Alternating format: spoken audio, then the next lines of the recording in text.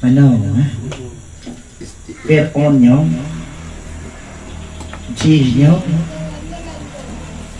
ledak tukang-tukang sihir. Sampai mukjizat Nabi Musa orang dibekalah oleh tukang sihirnya Fir'aun.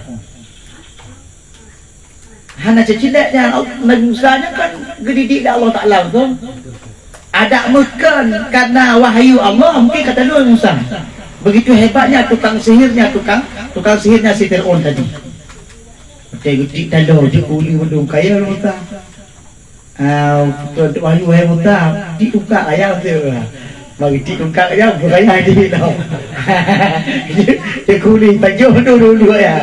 Di baju dia uli tadi Musa. Mau berada di tukar ayam tu. Hanya uli. Artinya pun Fir'aunnya bakal sakit tukang sihirnya kami ajar. Bahkan Dajjalnya jamunkan cik kanan. Dan Dajjalnya berguru kepada tukang-tukang sihir malu semenjak dari Fir'aun sampai kepada wanyo tok na yang hebat donyanya tukang sihir. Dajjal itu berguru kepada tukang-tukang sihir yang paling hebat dalam dunianya. Jadi pajan terkait tengok karena kekuatan ilmu tukang sihir. Yang ke malaikat maut tabung teduh. Nyapi ngap telo cik malaikat maut.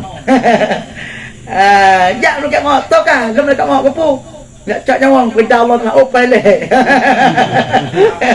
Opai le. Oh cik lah. Gu pegot, bek lepas tamang malaikat. Gu pegot petong. Ngak bek lepas tamang gila ayan. Dia gila ayan. Pergi gitu kawin nama malaikat Israel ini. Oh, hai doa prung yang Fir'aun yang. Air je menyerah je Fir'aun. Yang duk Fir'aun hebat. Cik tawalau dengan malaikat Israel.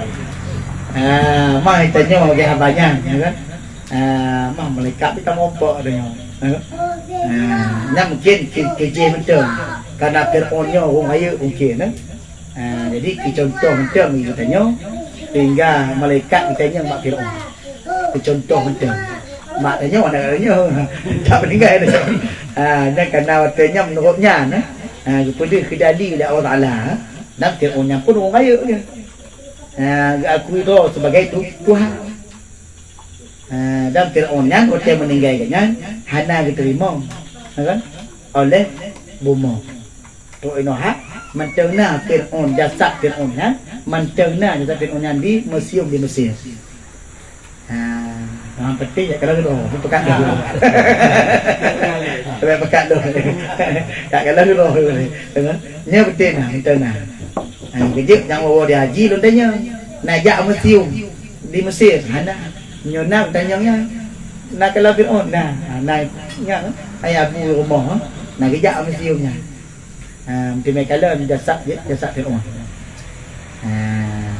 Jadi orang dia awetkan karena Fir'aunnya hanya terima oleh umum. Karena sombong. Sombong enggak anggap roh sebagai Tuhan. Lagi yang cerita.